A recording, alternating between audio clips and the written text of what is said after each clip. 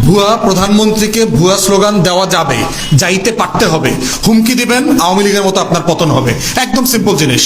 কারণ আমাকে গালি দেওয়া তার গণতান্ত্রিক অধিকার।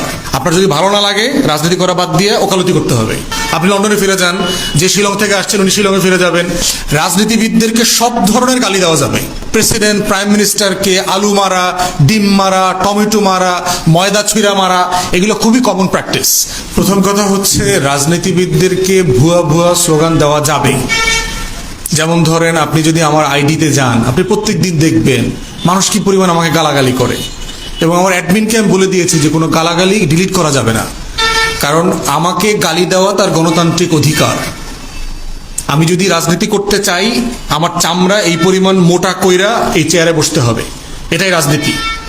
আপনার যদি ভালো না লাগে, রাজনীতি করা বাদ দিয়ে ওকালতি করতে হবে। সিম্পল জিনিস। আপনি লন্ডনে ফিরে যান, যে শিলং থেকে আসছেন উনি শিলংয়ে ফিরে যাবেন, যিনি কোর্ট থেকে আসছেন উনি কোর্টে ফিরে যাবেন। সবাই যার যার জায়গায় চলে যান যদি আপনার চামড়া এগুলো আঘাত লাগে। রাজনীতিবিদদেরকে সব ধরনের গালি দেওয়া যাবে। সারা দুনিয়াতে এটা প্রমাণিত। প্রেসিডেন্ট, প্রাইম মিনিস্টারকে আলু মারা, ডিম মারা, টমেটো মারা, ময়দা ছুঁড়া মারা, এগুলো খুবই কমন প্র্যাকটিস। আমরা বলছি না এগুলো আমরা এনকারেজ করতেছি না, কিন্তু এই জিনিসটাকে আপনি অন্যায় হিসাবে ফৌজদারি অপরাধের দিকে নেবেন। আওয়ামী লীগ আমলে যেটা করছে, 10টা-20টা ছাত্র দলের গুন্ডা পান্ডা পাঠায় দিবেন, এরপরে পোলামার পান্ডে ওখানে পিটাইবেন, এইটা গণতন্ত্র না। ভুয়া প্রধানমন্ত্রীকে ভুয়া স্লোগান দেওয়া যাবে, যাইতে পারতে হবে। প্রধানমন্ত্রী, স্বরাষ্ট্রমন্ত্রী, আইনমন্ত্রীর দায়িত্ব হচ্ছে যারা ভুয়া স্লোগান দিছে তাদের সেফগার্ড করা, তাদের নিরাপত্তা দেওয়া, তাদেরকে হুমকি দেওয়া না। হুমকি দিবেন, আওয়ামী লীগের মতো আপনার পতন হবে। একদম সিম্পল জিনিস।